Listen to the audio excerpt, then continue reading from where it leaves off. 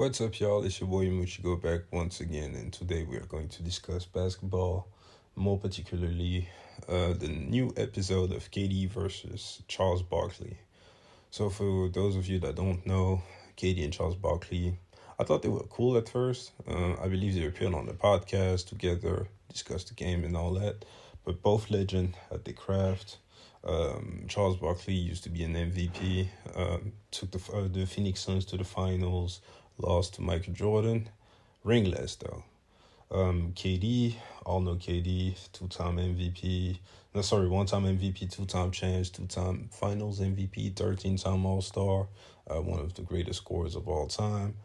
But very polarizing player because of his decision to join the Warriors, his tenure on the Brooklyn Nets. Now he's on the Phoenix Suns.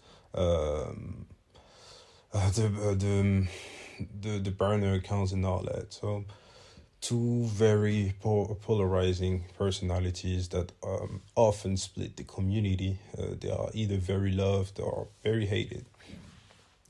And You never take that away from him. There's no bus drive. Like nobody carrying a bus. Like, why is that analogy even brought up for teams? Like, you know what I'm saying? Like, we ain't on no fucking bus. Like, I feel like the only reason why that even kept traction because that was about me specifically. If that was about any other player, that shit wouldn't even have hit like that. You know what I'm saying? But Charles Barkley said that about me, and like I said, disrespecting my game is a part of the storyline. You know what I'm saying? So, like, that's going to hit for my storyline more than anything. But, like, who's even looking at the game that way? Like, that's how Charles Barkley looked at the game, and that's probably why he didn't get what he wanted, because he thought it was all about being a bus driver when we all sitting on the bus together. You know what I'm saying? I think it's funny from my vantage point that it's you guys have developed this relationship. That's crazy. And I don't think there's beef. I don't think there's actual beef from either one of you. Yeah, I wouldn't call it beef. I just think he's just mad opinionated, and he feels as though, like, that's his job to be mad opinionated in a negative way against players. all right, so you heard what KD had to say. Here's what I want to say about this whole bus driver thing. It all ties into ring culture.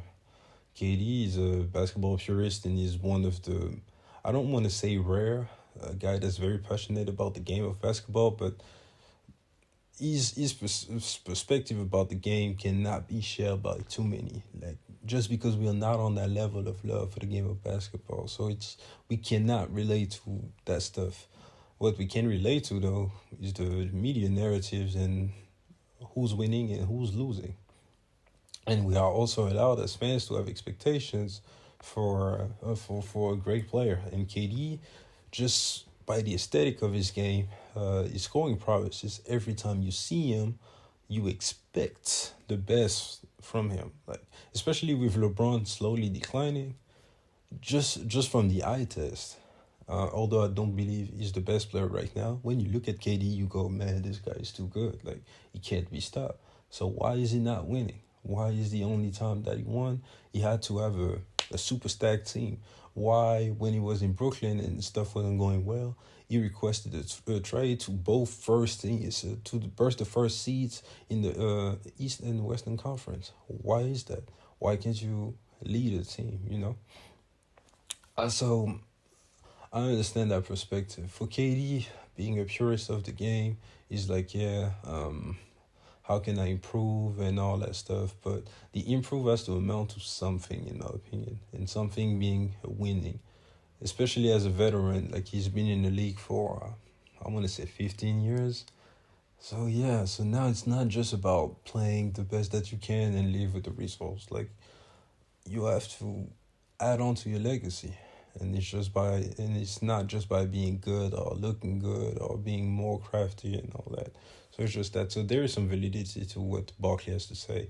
And whether we liked it or not, this is the way people consume the game.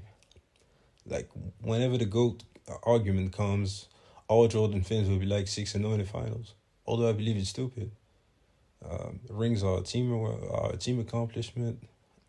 And it's not If you have Jordan as the GOAT, it's not just because of that. It's because you believe he was the best basketball player, the most crafty, the better scorer. He understood the game a certain way because he was amazing on defense also. He was a three-level scorer, all that stuff. This is what should matter to me. And he had team success.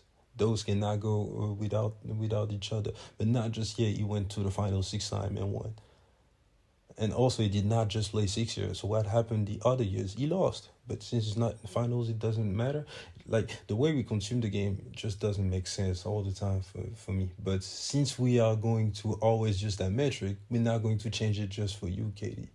So, yeah, that's what I had to say about this whole thing.